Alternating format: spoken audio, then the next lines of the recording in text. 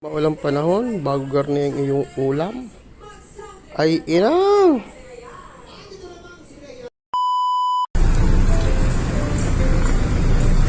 Bumaba ah!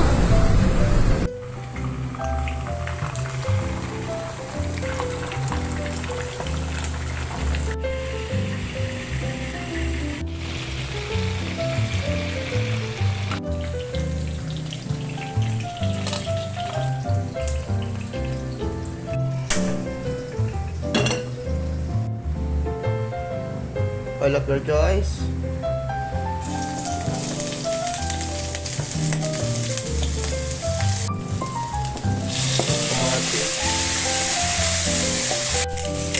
Isang paminta.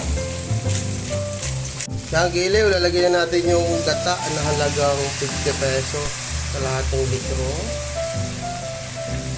Wow! Ay, inang! Giliw, halo-haluin nyo hanggang lumapot para hindi siya kumurta. Yung magbuo-buo yung gata. Lawrence Patis. Lagyan natin ng suka. At kaunting asukal. Yun. Pampaamami. Lalagyan na natin ng talong at yan ang favorite natin.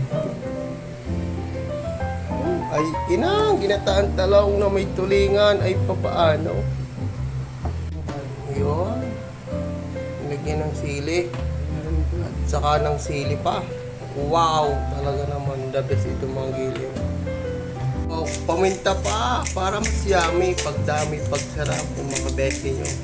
Arin pala ang giliw ay ayos na. Kahit dinalagyan ng tulingan, ay inang. Lagyan natin ng mustasa habang pinalalambot. Lagyan na natin yung puno. Bango ang giliw. Aba, ay sinabag hindi gugutomin niya. Tsura pala ang equality na. Wala pang isda dyan at saka yung mustasa. Mga giliw, nakapalagay na ang isda. Ang ating tulingan. Kita nyo kayo. Ang mga giliw, ito na, last touch. Go! Quality mustasa. Go! Talaga naman.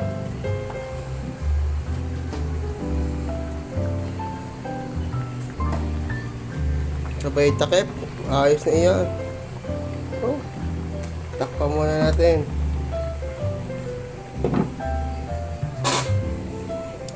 Ay, karote. Mga giliw. Oh, yan. Kita nyo ko yan.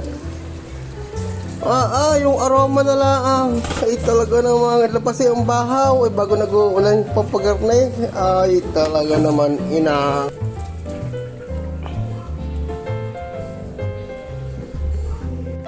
Yan, the moment of truth ng mga giliw. Ay, sarap. Akin ay putot. Tsaka isang sili. Damihan ng talong. Uy, talaga namang quality ito. Maulang panahon, bago garni ang iyong ulam. Ay, inang! Sa ulan time na mga giliw.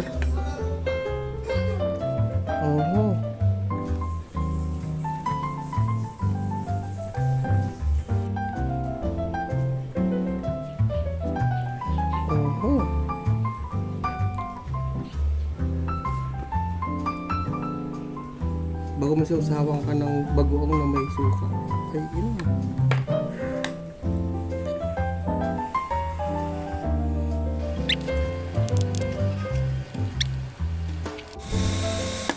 Bumulos pa.